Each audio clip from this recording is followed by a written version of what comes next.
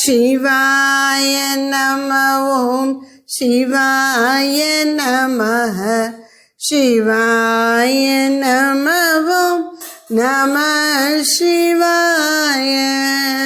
சிவாய நம ஓம் சிவாய நமः சிவாய நம ஓம் நம சிவாய. சிவாய நம ஓம் சிவாய நமः சிவாய நம ஓம் நம சிவாய. சிவாய நம ஓம் சிவாய நமः சிவாய நம ஓம் நம சிவாய. சிவாய நம ஓம் சிவாய நமः சிவாய நம ஓம் நம சிவாய. சிவாய நம ஓம் சிவாய நமः சிவாய நம ஓம் நம சிவாய. ஹர நம பார்வதி பதயே. ஹர ஹர மகாதேவா. ஓம் சகனாவவது சகனௌ புனக்து சக வீர்யங்கரவாவஹை தேஜஸ்வினாவதீதமஸ்து மா வித்விஷாவஹை. ஓம் சாந்தி சாந்தி சாந்தி.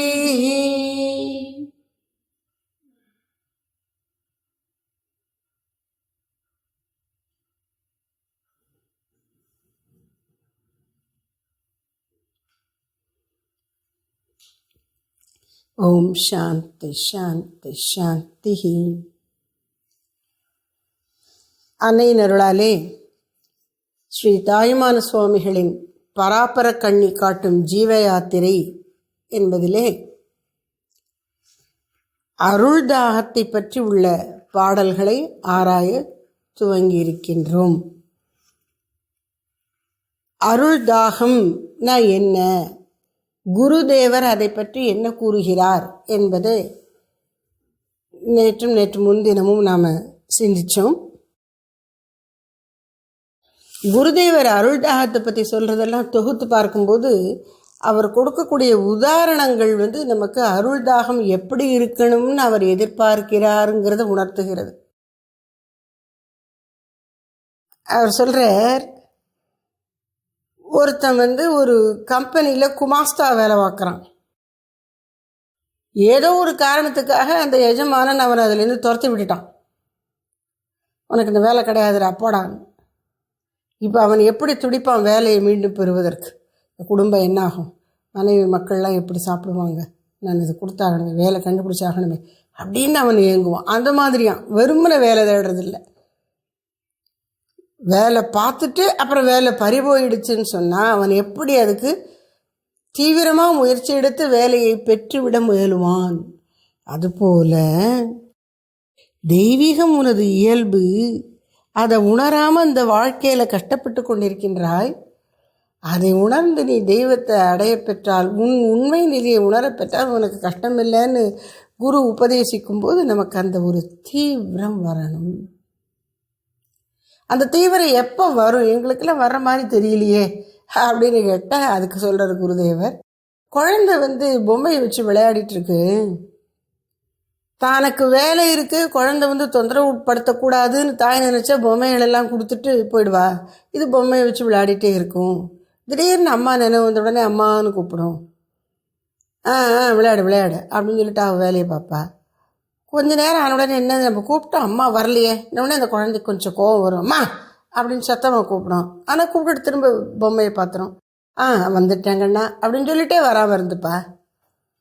உண்மையில எப்போத்தான் இந்த தாய் இந்த குழந்தைய பார்க்க வருவா அப்படின்னா, பொம்மையெல்லாம் தூக்கி தூர எரிஞ்சிச்சு, கையை காலை உதறிட்டு அழுது கத்தி அடம் பிடிக்கும் குழந்தை, அப்போ தான் வருவா. அப்போ சாதம் வடிச்சிட்டு இருந்தா கூட அதை அப்படியே போட்டுட்டு ஓடி வந்துருவாளாம். இது 2 உதாரணம் பாருங்கள். அந்த அழற குழந்தையும் எப்படி அழணும்? பொம்மையை தூக்கி தூர எரிஞ்சிட்டு கையை காலை உதறிக்கிட்டு அடம் பிடிக்கணும். அதே மாதிரி இந்த பொம்மைகள் விளையாட்டு பொம்மைகள் போல இருக்குப்பா இந்த உலகம் தரக்கூடிய சுகங்கள். கல்வி, செல்வம், அதிகாரம், பதவி, பேர், புகழ், பட்டம், இதெல்லாம் உனக்கு எப்படி இந்த பொம்மை மாதிரி. குழந்தை இந்த பொம்மையை தூக்கி தூர எரிஞ்ச அப்புறம்தான் அம்மா வருவா. அது மாதிரி நீ இந்த உலக விஷயங்களில் இன்பம் கண்டு கொண்டு இருந்தால் இருன்னு விட்டுருவா. இது வேண்டாம்னு நீ சொல்லிட்டு நீ வேணும்னு சொல்லணும். இந்த பொம்மை வேண்டாம் அம்மா நீ வேணும்னு கேட்கணும்.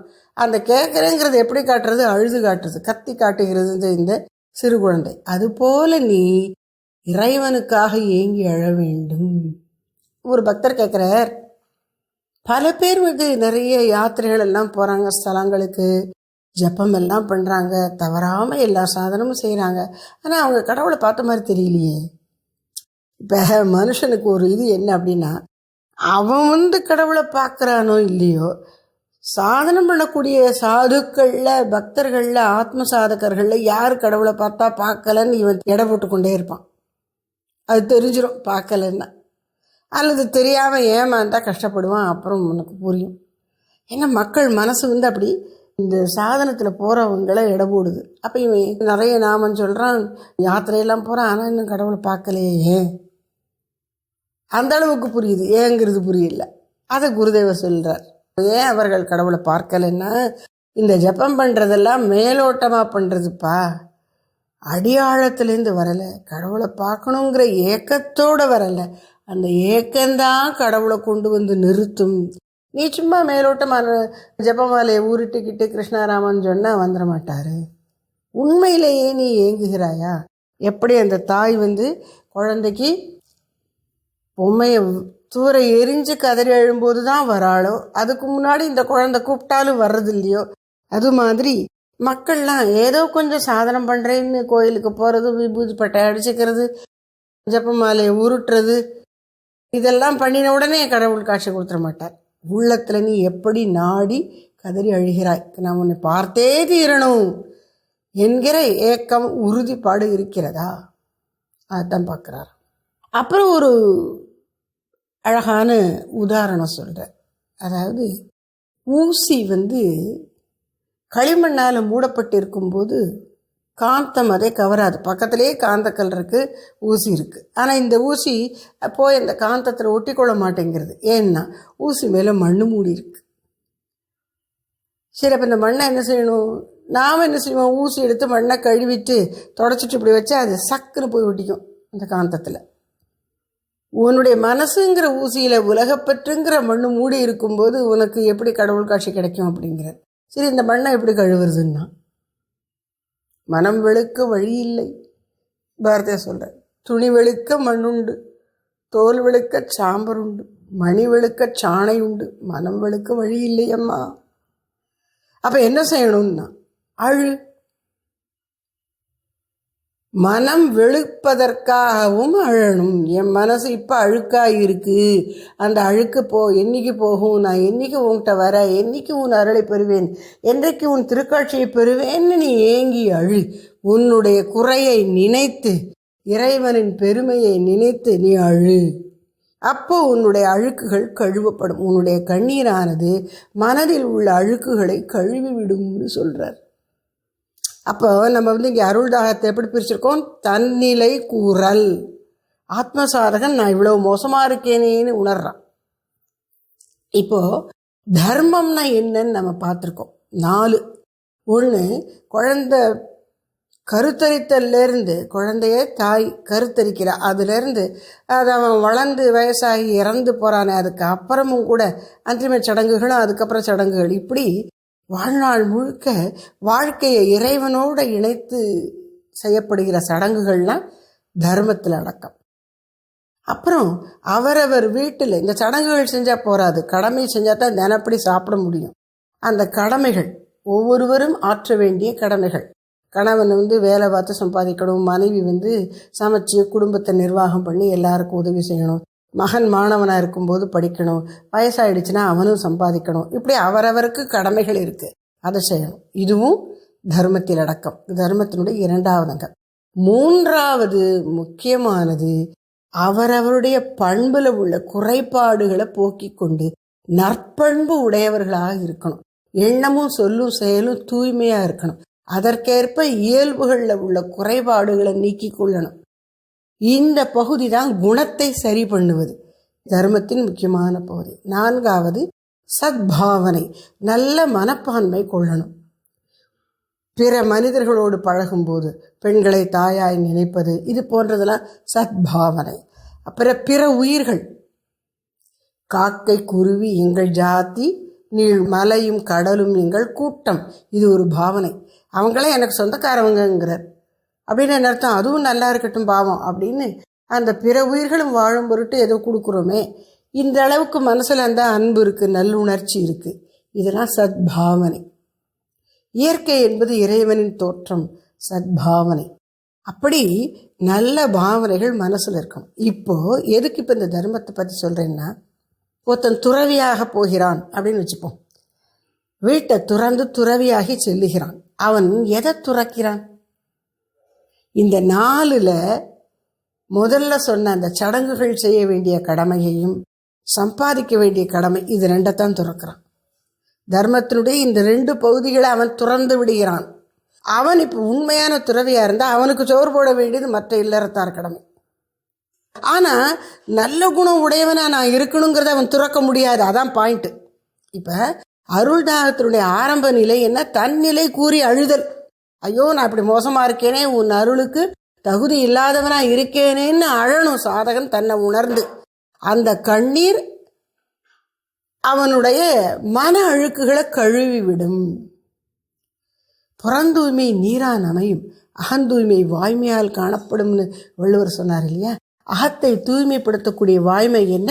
உன்னுடைய குறைகளை நீ முதல்ல உணர்ந்து அதை கடவுள்கிட்ட முறையிடு. யார்கிட்ட இப்போ இருக்கிறவங்கள சுற்றி இருக்கிறவங்கள்ட்டெல்லாம் கூப்பிட்டு சொல்லாத, கடவுள்கிட்ட சொல்லு. கடவுள் அருளை சுமந்து கொண்டு உனக்கு உதவ வரக்கூடிய உன்னை விட பெரியவர்களாகிய சாது மகாத்மாக்கள், சத்சங்கம் தரக்கூடிய மகான்கள்கிட்ட சொல்லு, வேற யார்ட்டையும் சொல்லாது. அப்படி சொன்னால் அது போகிறதுக்கான வழி அவங்க உனக்கு சொல்லிக் கொடுப்பாங்க. அப்படி சொல்லும்போது நீ உண்மையிலே ஏதோ சும்மா இப்படி சொன்னால் சரியா போடும் போலக்கேன்னு அதை ஒரு பெருமையாக சொல்லிட்டு தெரியாத. மனம் வருந்தி அழுது கண்ணீர் சிந்து. அப்போ என்ன ஆயிடும்னா, நீ வருந்தி அழுகிற கண்ணீர் உன் மன அழுக்குகளை கழுவிவிடும். இதான் மனம் வெளுக்கும் வழி. அப்போது அருள்தாகம்ங்கிறதுனுடைய ஆரம்ப நிலை தன்னுடைய குறைகளை உணர்ந்து அதற்காக வருந்துவது. துறவிக்கு கூட இது இருக்கு. எது? தன்னை பண்படுத்துவதும் உலகோடு நல்ல பாவனை கொள்ளுவதும் அவசியம். அதுக்கு மேலே ஞானம் வரும் பொழுது பாவனையாக இருக்காமல் உண்மையே புரிந்துவிடும். கடவுள் தான் எத்தனையுமா ஆகியிருக்கிறார்னு. அந்த உண்மை ஞானம் வந்த பிறகு பாவனை இல்லை, அந்த ஞானத்தினால் அவன் உயிர்களிடம் அன்பாக இருக்கிறான். ஞானம் வரும் முன்னாடி பாவனையோடு நல்பாவனையோடு எல்லாரையும் உறவாக நினைக்கிறான், சிற்றியூர் பேரியூர் அனைவரையும். அதனால் அருள்தாகத்தினுடைய ஆரம்ப நிலை என்ன? தன்னுடைய குணத்தில் இருக்கிற குறைபாடுகளுக்காக வருந்துதல், தன் பண்பில் இருக்கக்கூடிய தவறுகள் கீழ்மைகளுக்காக ஏங்கி ஐயோ நான் அப்படி இருக்கேனே, இப்படி இருக்கக்கூடாதே அப்படின்னு நினைக்கணும். அதை வருத்தத்தோட உண்மையாக நினைக்கணும். இது அருள்தாகம். அந்த வகையில் தன் நிலை கூறல் என்கிற தலைப்பில் உள்ள அடுத்த பாடலை பார்ப்போம். அப்பா என் எய்ப்பில் வைப்பே ஆற்றுகிலேன் போற்றி என்று செப்புவதல்லால் வேறன் செய்வேன் பராபரமே. அடடா, எனக்கு ஒன்றுமே முடியலையே, ஒன்று ஏதோ புலம்ப மட்டும் முடியுது. என்ன புலம்புறது? அப்பா என் எய்ப்பில் வைப்பே ஆற்றுகிலேன் போற்றி, இறைவா உன்னை வணங்குகிறேன். போற்றினா வணங்குகிறேன். அர்ச்சனையில் நமக நமகன்னு சொல்கிறோம்ல, ஓம் ஸ்ரீமாத்ரே நமக. அந்த நமகங்கிறது தமிழில் போற்றின்னு சொல்கிறோம். உன்னை வணங்குகிறேன். நீ யாரு? அப்பா. இறைவன் உயிர்களுக்கு தாயும் தந்தையும் அனைத்தும். அப்பா எப்படிப்பட்டவன்? என் ஏய்ப்பில் வைப்பு. இது ஒரு அழகான உண்மை. இதை நம்ம நல்லா சிந்திச்சு பார்க்கணும். பகவான் எப்படிப்பட்டவரா? ஜீவனுக்கு ஏய்ப்பில் வைப்பு. வைப்புன்னா என்ன? வைப்பு நிதின்னு சொல்லுவோம், கேட்டிருக்கீங்களா? Fixed deposit. டெபாசிட்னா என்ன? பணத்தை போட்டு வைக்கிறது, எடுத்து செலவழிக்காமல் சேர்த்து வைக்கிறது. அதான் வைப்பு நிதி. அவன்கிட்ட கொடுத்து வச்சிருக்கோம், அவன் அதுக்கு வட்டி போட்டு நம்மளுக்கு கொடுக்கணும். அது வைப்பு நிதி. உலகப்பற்று உள்ளவர்களுக்கு பேங்க்கில் உள்ள டெபாசிட் தான் வைப்பு நிதி. எனக்கு வறுமையோ கஷ்டமோ வரும்போது உதவக்கூடியது இந்த வைப்பு நிதி அப்படின்னு நினைக்கிறான். ஆனால் பக்தனுக்கு புரிகிறது, வாழ்க்கையில் ஒவ்வொரு கட்டத்திலும் உதவுவது இறைவனின் அருள்தான் தன்னை கைதூக்கி விடுகிறது. அதனால் இறைவன் தான் என்னுடைய வைப்பு நிதி. ஏய்ப்பில் வைப்பு. ஏய்ப்புன கஷ்டம், வறுமையோ நோயோ என்னை துன்புறுத்தும் போது நான் எதுவும் செய்ய முடியாமல் ஏங்கி தவிச்சு வலிமை இழந்து இருக்கிறேன். அந்த நிலைக்கு பேர் தான் ஏய்ப்பு. அந்த ஏய்ப்பு நிலை எனக்கு வரும்போது எனக்கு யாரும் வலிமை கொடுத்து கைதூக்கி விடுவான்னா இறைவன் தான். அவர் தான் ஏய்ப்பில் வைப்பு. அதனால திருநெல்வேலி பக்கம் நவத்திருப்பதின்னு இருக்கு. அந்த நவத்திருப்பதியில் ஒரு ஸ்தலத்தில் பெருமாள் பேர் வைத்த மாநிதி. அழகான பேர் பாருங்க, வைத்த மாநிதி. இறைவன் தான் உயிர்களுக்கு உரிய காலத்தில் உதவுகிற மாநிதி, பெரும் செல்வம். அப்பா என் ஏய்ப்பில் வைப்பே, போற்றி உன்னை வணங்குகிறேன். இவ்வளவு கூப்பிட்டு இதில் என்ன அருள்தாகம் வருத்தம் இருக்குன்னா, ஆற்றுகிறேன், தாங்க முடியலப்பான்னு கதறுகிறான் ஜீவன். எதை தாங்க முடியலன்னா, இந்த உலக வாழ்க்கையினுடைய கஷ்டங்களை தாங்க முடியலை. அதுவும் குறிப்பாக ஒருத்தன் அதர்ம வழியில் ரொம்ப நாள் போயிட்டு அப்புறம் கொஞ்சம் கண்ணு திறந்து முழிச்சு பார்த்தா ஐயோ இப்படி இருக்கோமேன்னு வந்தான்னா அவனால் நிச்சயமாக ஆற்றவே முடியாது. என்பில் அதனை வெயில் போல காயுமே அன்பில் அதனை அறம். அன்பு இல்லாத ஒருத்தனை அறக்கடவுள் யம தர்மராஜா என்ன பண்ணுவாராம், வாட்டி எடுத்துடுவாராம். எப்படின்னா, புழு வெயிலில் இருக்குமா?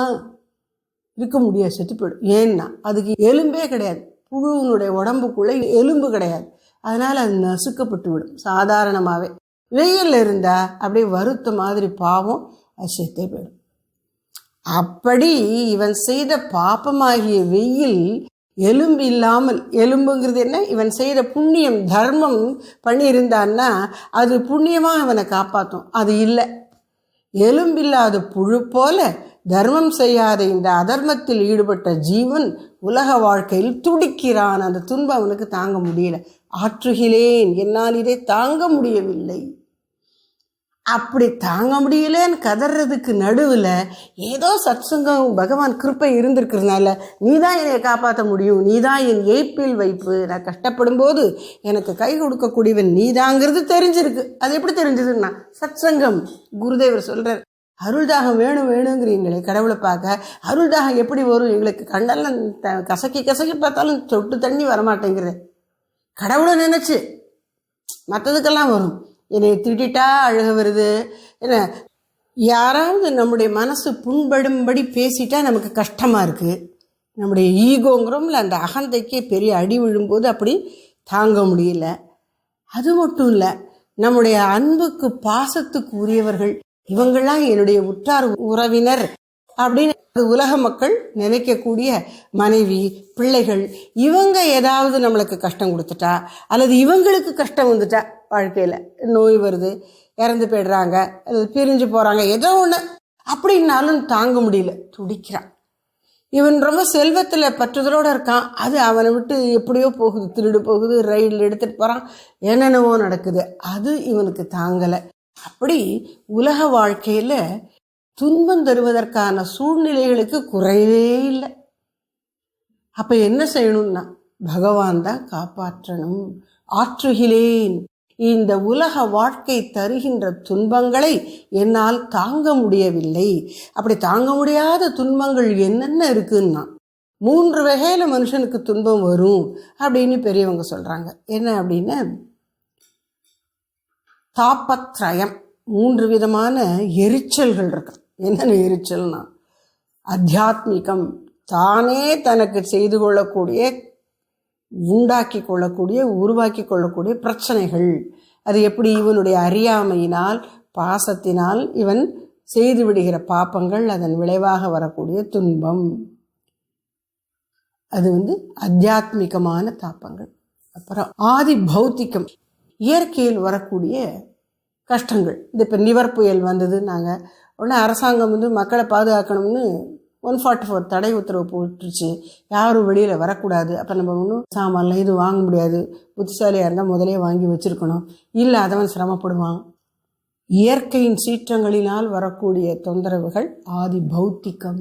ஆதி தெய்வீகம், எதனால இந்த கஷ்டம் வருதுன்னு நம்மளால் புரிந்து கொள்ள முடியாமல், காரணத்தை அறிந்து கொள்ள முடியாமல் வரக்கூடிய கஷ்டங்கள், அவை ஆதி தெய்வீகம்.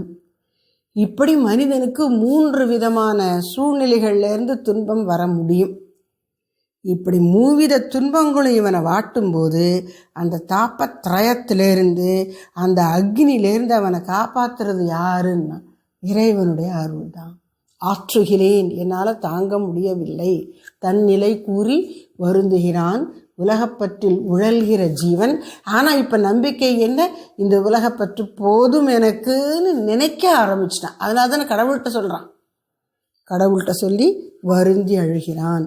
அப்பா, என் எய்ப்பில் வைப்பே, ஆற்றுகிறேன் போற்றி என்று செப்புவதல்லால் வேறன், அப்படி சொல்லிட்டே இருக்கேன். அதை தவிர எனக்கு வேற என்ன தெரியுது? இந்த வாட்சா கைங்கரியம், வாயால் சொல்கிறேன், அவ்வளோதான். என்னால் உன் மீது பக்தி பண்ண தெரியல. தினசரி வாழ்க்கையில் கொஞ்சம் நேரத்தை ஒதுக்கி கட்டாயம் நான் பூஜை பண்ணுவேன், ஜெபம் பண்ணுவேன், வேறு என்ன செஞ்சாலும் செய்யாட்டாலும் இது விட மாட்டேன், சாப்பிட முன்னாடியே கட்டாயம் இதெல்லாம் சொல்லிடுவேன் அப்படின்னு வச்சு செய்ய முடியுதா? செய்ய முடியல. மன உறுதி இல்லை, பக்தி இல்லை. அப்போது உன் மீது பக்தி செலுத்துவதற்கு, ஆத்ம சாதனத்தில் ஈடுபடுவதற்கு எனக்கு மன வலிமை இல்லை. அதனால் வாயால் உன்னை கூப்பிட்டு கதறி கொண்டிருக்கிறேன். அதை தவிர எனக்கு வேற ஒன்றும் முடியவில்லைப்பா, என்னை கைவிட்டு விடாதே என்று செப்புவதல்லால் வேறு என் செய்வேன்? என்னால் ஒன்றும் செய்ய முடியவில்லையே. என் அருள் தந்தையே, வறுமையில் கை கொடுக்கும் க்ஷேம நிதியே, என்னால் தாங்க முடியாது, உன்னை வணங்குகின்றேன், அருள் புரிக என்று புலம்புவதை தவிர என்னால் வேறு என்ன செய்ய முடியும்?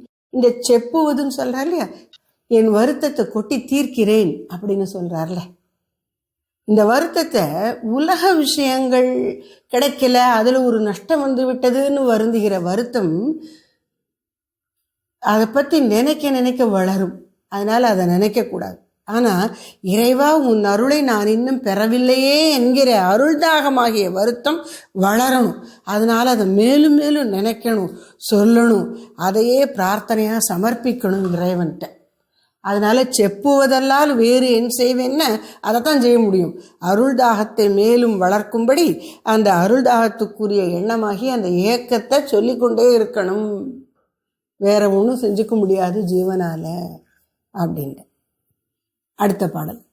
ஓஹோ உனை பிரிந்தார் உள்ளம் கனலில் வைத்த பாகோ மெழுகோ பகராய் பராபரமே. அருள்தாகம் கொண்டவர்களுடைய மனப்பான்மை எப்படி இருக்குங்கிறதுக்கு 2 உதாரணம். ஓஹோ உன்னை பிரிந்தார் உள்ளம் கனலில் வைத்த பாகோ மெழுகோ பகராய். கடவுள்கிட்டே கேட்டுட்டார், கடவுளே, உன்னுடைய பக்தர்கள் உன் மீது பேரன்பு கொண்டிருக்கிறார்கள், ஏதோ ஒரு காரணத்துக்காக உன்னை விட்டு பிரிச்ச மாதிரி நீ மறைஞ்சிருந்து அவங்கள்ட்ட வேடிக்கை காட்டி ஒரு கஷ்டத்தை கொடுத்தீங்கன்னா அவங்க நிலைமை எப்படி இருக்கும்? கனலில் வைத்த பாகு, வெள்ளை பாகை அடுப்பில் வைக்கும்போது என்ன ஆகிடும்? முதல்ல அந்த வெள்ளை கரைஞ்சிடும்.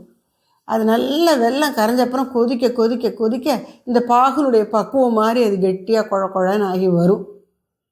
அது மாதிரி உள்ளத்தில் இருக்கிற அந்த தாப்பம், ஏக்கம், இறையருள் பெறவில்லையே, பெற்ற அருளை இழந்து விட்டேனே அப்படிங்கிற ஏக்கம் இவன் உள்ளத்தை உருக்குகிறது.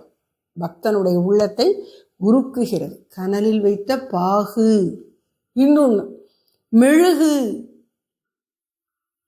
நெருப்புக்கு பக்கத்தில் இருக்கக்கூடிய மெழுகு இளகி உருகி தன் வடிவை இழக்கின்றது. அது மாதிரி அருள்தாகத்தில் இளகுகின்ற மனது அகங்காரத்தை இழந்து கேடுகளை நீக்கி பண்புல உள்ள குறைபாடுகளை போக்கி தன்னை அறியாது தூய்மை பெற்று இறைவனுக்கு உரியது ஆகிறது. அப்படி அருள்தாகத்திற உள்ளம் இளகி உருகி தன்னுடைய கடினமான உலகப்பற்றுடைய வடிவை இழக்கணும். அதுதான் அருள்தாகத்தினுடைய மிகப்பெரிய பிரயோஜனம். இந்த பழைய ஜீவ வியக்திக்குரிய தன்மையை அது போக்கி விடுகின்றது. அதனால இங்க சொல்லக்கூடிய அருள்தாகம் தன்னிலை கூறுதல் மட்டும் இல்லை, பக்குவத்தில் முன்னேறி போனவர்களுக்கும் இது வர்றது. உனை பிரிந்தார் உள்ளம். இது இப்போ உதாரணமாக எப்படி இறைவன் விட்டு நம்ம பிரிய முடியுமா? ஆனால் தத்துவ ரீதியாக பிரிய முடியாதுங்கிறது தான் உண்மை. ஆனால் முழு பக்குவமும் வராத போது என்ன ஆகிடும் அப்படின்னா, சாதகனுக்கு இறைவனை விட்டு பிரிந்த மாதிரியும் இறையருள் திடீரென்று நின்று போன மாதிரியெல்லாம் தோன்றி வருத்தங்கள் வரும் இவனுடைய இந்த அகப்பயணத்தினுடைய சில கட்டங்களில். கிறிஸ்தவ இறையியல்ல the dark night of the soul அப்படிலாம் சொல்லுவாங்க. இந்த ஜீவன் அப்படியே இருளில் தவிக்குமா. அப்படி கடவுளுடைய அருள்லேருந்து நான் விலகி வந்துட்ட மாதிரி இருக்கே அப்படின்னு அந்த பக்தன் துடிப்பான். அந்த நேரத்தில் எது உதவும்? அப்போவும் இறையருள் தான் உதவும். ஆரம்ப நிலை பக்தனுக்கும் இறையருள் தான் உதவும். உலகப்பற்றிலிருந்து அவனை விலக்கி தன் பால் இழுத்து கொள்ள முடியும். கொஞ்சம் முன்னேறிவிட்ட பக்தனுக்கும் அவன்கிட்ட வரக்கூடிய குறைகளை நீக்கி தன்னை கொடுக்க முடியும். முற்றிலும் பக்குவம் அடைந்து விட்டவனை தன்மயம் ஆக்கி கொள்ளுவது எல்லாமே இந்த இறையருள் ஒன்றால தான் முடியும். அப்போ பக்தனுக்கு வேண்டியது இறையருள் தான். சாப்பாட்டை விட அதான் முக்கியம். மூச்சுக்கு காற்றை விட இதுதான் முக்கியம். எது? இறைவனுடைய அருள். அந்த அருள் வேண்டும் என்று ஏங்குவது தான் அருள் தாகம். அதைத்தான் இந்த பாடல்களிலே சொல்லியிருக்கிறார் தாயுமானவர். முதல்ல இந்த உடம்பு நான் நினைக்கக்கூடிய இந்த அறியாமையில் நான் எத்தனை நாளைக்கு கஷ்டப்படுறதுன்னு புலம்பினார். அப்புறம் இந்த உலக வாழ்க்கை தரக்கூடிய துன்பங்களை என்னால் தாங்க முடியவில்லைன்னு சொன்னார். அப்புறம் மகான்கள் அவர்கள் பக்தியில் பயணத்திலே பாதியில் இறைவனை விட்டு பிரிந்தது போல, இறையருள் தனக்கு கிடைக்காது போனது போல உணர்ந்து ஏங்கி அழுகிறார்கள். அதை நினச்சி இப்படியெல்லாம் அழுவாங்களா, இவங்க பக்தி எவ்வளோ பெருசாக இருக்குன்னு நினச்சி அதையும் சொன்னார். அதையெல்லாம் பார்த்தோம். இனி தொடர்ந்து வரக்கூடிய பாடல்களிலே அருள்தாகத்தின் பல்வேறு நிலைகளை தாயுமானவர் கண்டவாறு நமக்கு காட்டுவார். பார்ப்போம். ஹர நம பார்வதி பதயே. தாயுமான சுவாமிகள் திருவடிகளே போற்றி போற்றி. சத்குரு திருத்தாள் போற்றி போற்றி.